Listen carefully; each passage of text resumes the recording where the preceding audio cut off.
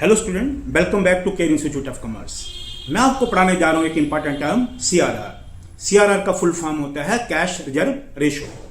यानी कि कमर्शियल बैंकों को अपने टोटल डिपॉजिट का सर्टेन परसेंटेज, कुछ percentage as a cash reserve RBI के पास रखना पड़ता है।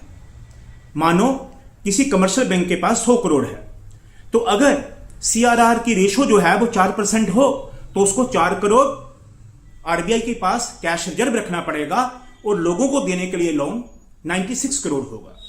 बस इसी को समझ लीजिए। ये जो परसेंटेज है ये डिसाइड करता है आरबीआई, और आरबीआई टाइम टू टाइम से बदलता रहता है। आरबीआई इसे टाइम टू टाइम बदल के इकोनॉमी में मनी सप्लाई को कंट्रोल रखता है, ना उसे बढ़ने देता है ना कम होने देता है, सो दैट के उसका असर इन्फ्लेशन और डिफ्लेशन पे बराबर रहे।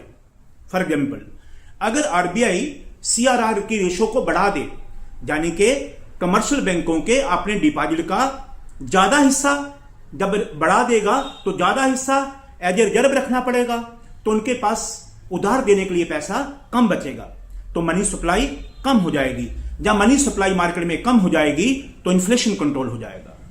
और अगर इसके विपरीत वो सीआरआर की रेशो को कम कर दे, अगर वो सीआरआर की रेशो को कम करेगा तो कमर्शियल बैंकों को अपने डिपॉजिट का कम हिस्सा एज ए कैश रिजर्व रखना पड़ेगा आरबीआई के पास, तो कमर्शियल बैंकों के पास उधार देने के लिए अमाउंट ज्यादा होगा। जब वो ज्यादा उधार देंगे तो मार्केट में मनी सप्लाई बढ़ जाएगी। मार्केट में मनी सप्लाई बढ़ जाएगी तो डिफ्लेशन कंट्रोल हो जाएगा।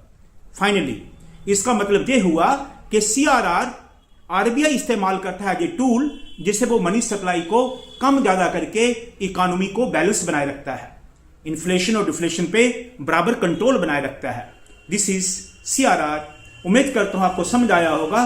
चैनल को सब्सक्राइब करें, इंस्टा को फॉलो करिए, प्लीज देखते रहिए।